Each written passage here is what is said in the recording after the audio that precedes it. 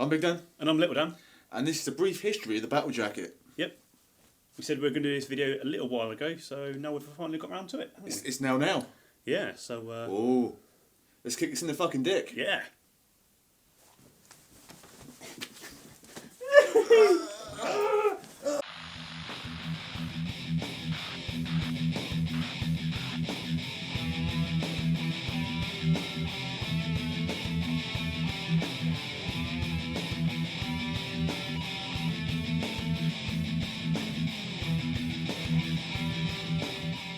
The battle jacket is one of heavy metal's most iconic fashions, but you can trace its origins back as far as World War II.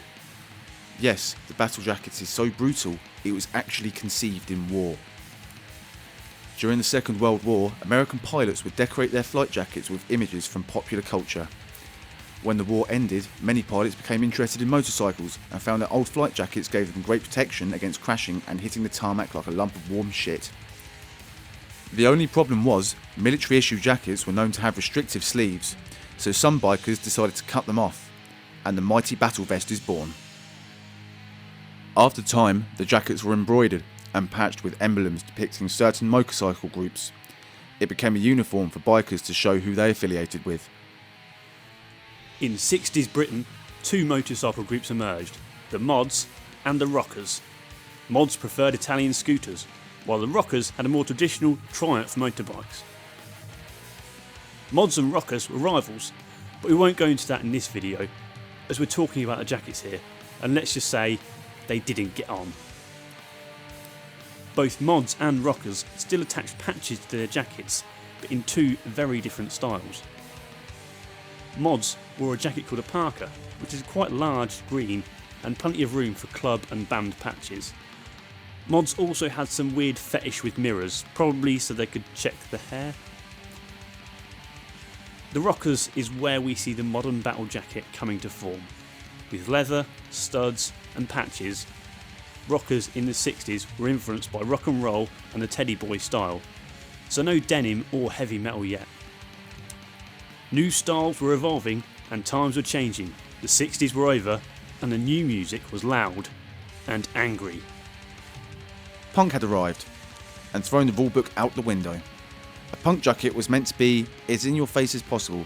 Spikes, safety pins and a few tears give a middle finger to popular fashion. Much like the music, the jackets were completely DIY. You didn't need to buy one somewhere, you used your imagination rather than buying what you were told to in the shops. Soon, punks were making their own vests and painting them with the logos of their favourite bands and studying the absolute fuck out of them.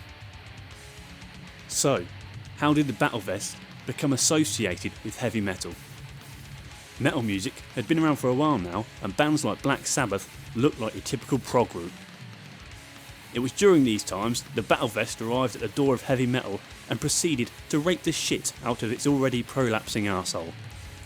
Everyone's favourite gay man Rob Halford, who brought the studded leather into heavy metal, once Judas Priest were rocking the leathers, it wasn't long until many others followed. But wait, there's no patches on these leather jackets, and where's the denim? Who would bring over the patched denim from the punks? Full-time whiskey enthusiast and part-time bassist Lemmy. Lemmy also brought us the bullet belt. Both the battle vest and the bullet belt were further popularised by 80s American thrash bands. Then, if we skip over the 90s grunge and nu metal, we arrive at today, where the battle vest is as strong as ever. Go to any gig or festival and you'll see hundreds of unique vests. The battle vest is a strong symbol of heavy metal fandom and unites strangers who can instantly bond over the shared love of heavy fucking metal.